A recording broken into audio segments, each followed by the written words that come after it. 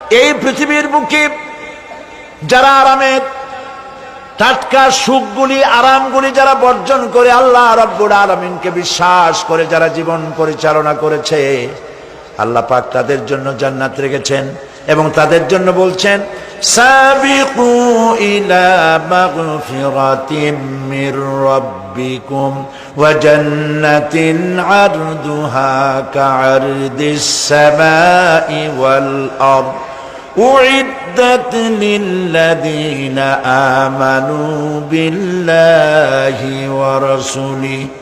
আল্লাহ পাক বলেন প্রতিযোগিতা করো আল্লাহর মাগফিরাত কামনার জন্য আর জান্নাতে যাওয়ার জন্য প্রতিযোগিতা করো, আল্লাহর রহমত পাওয়ার জন্য সৎ কাজের প্রতিযোগিতা করো, তাহলে আল্লাহ রাব্বুল আলামিন তোমাদেরকে ক্ষমা করবেন আর তোমাদের জন্য এমন জান্নাত দিবেন যেই জান্নাত আকাশের বিশালতার জমিনের বিশালতার মতো।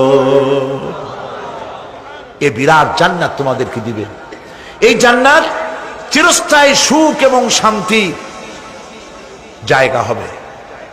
মাসালুল জান্নাতিল্লাতী উইদাল মুত্তাকুন ফিহা আনহারুম মিন মাইন গায়রি আসিনিন ওয়া আনহারুম মিন লাবানিন লাম ইয়াতাগায়্যার তা'আমুহু। আল্লাহ পাক বলছেন জান্নাত আল্লাহ পাক ওয়াদা করেছেন মুত্তাকীদের জন্য। আল্লাহ পাক জান্নাত দিবেন যে জান্নাতের ভেতরে রয়েছে মধুর প্রস্রবণ, রয়েছে দুধের প্রস্রবণ, রয়েছে সেখানে স্বচ্ছ পানির প্রস্রবণ রয়েছে। এই সুন্দর জান্নাত ঝর্ণা ধারা আল্লাহ পাক সৃষ্টি করেছেন, বাগ বাগিচা দিয়ে ভরে রেখেছেন জান্নাত। সেই জান্নাত হবে এয়ার কন্ডিশন, রৌদ্রের তাপ হবে না সেখানে, রৌদ্রের খরতাপ হবে না সেখানে, ঠান্ডার প্রচন্ডতা থাকবে না। কিরকম হবে জায়গাটা?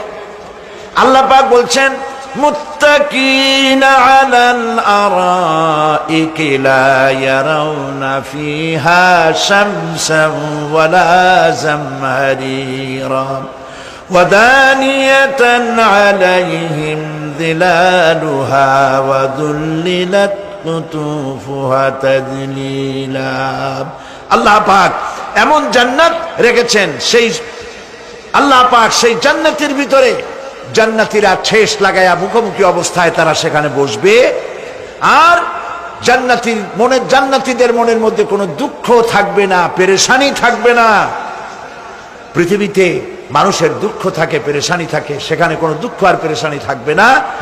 সেই জায়গাটা হবে শীতাতপ নিয়ন্ত্রিত, না শীত না গরম, চির বসন্ত বিরাজ করবে। জান্নাতীরা সেখানে থাকবে। এই সুন্দর জান্নাত আল্লাহ পাক রেখেছেন মুত্তাকীদের জন্য। সুবহানাল্লাহ। কাফেরদের জন্য জান্নাত হবে, জাহান্নাম হবে চিরকাল। খালিদিনা ফিহা আবাদান, চিরকাল কাফেরেরা জাহান্নামে থাকবে। সর্বশেষ যে ব্যক্তি জাহান্নাম থেকে মুক্তি লাভ করবে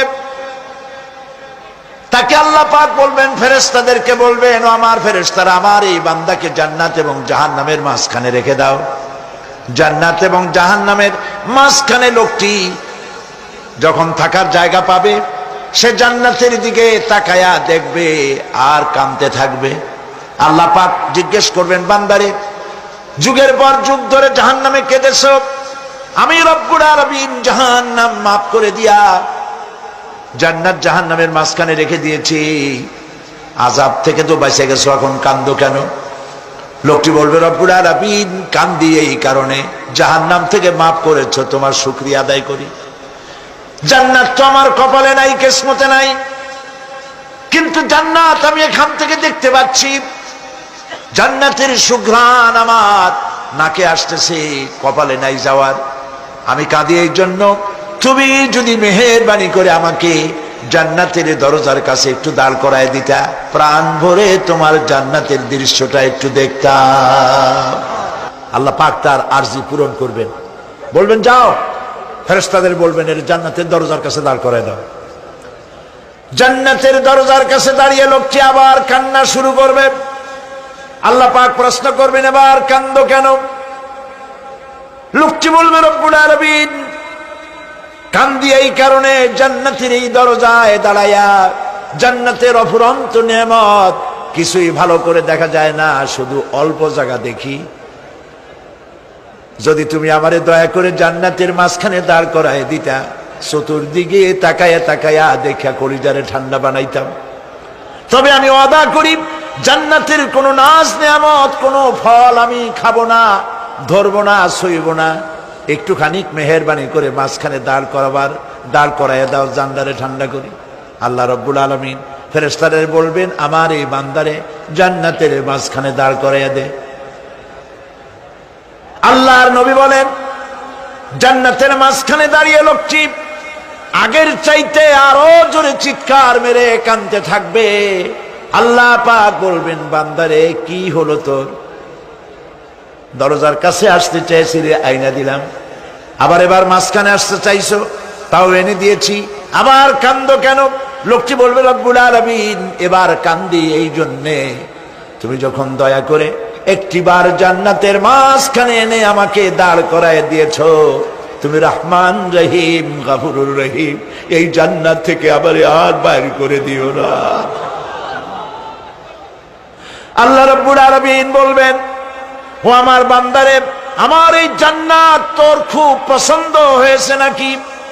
লোকটি বলবে, রব্বুল আলামিন, কলিজা ঠান্ডা হয়ে গেছে, ভাবতেও পারি না এই জান্নাত এত সুন্দর। আল্লাহ পাক বলবেন, বান্দারে, এরকম একটি নয়, দুইটা নয়, তোর জন্য আমি 10টা জান্নাতে এরকম রিজার্ভ করে রাখছি। সুবহানাল্লাহ। আল্লাহ পাককে ভয় করে পৃথিবীর সমস্ত পাপ থেকে যারা নিজেকে রক্ষা করবে, আল্লাহ তাদের জন্য এই জান্নাত রেখে দিয়েছেন। সুবহানাল্লাহ। সেই জান্নাতের রিসিপশন আপনারা আন্দাজ করতে পারবেন না। রিসিপশন কারে কয়?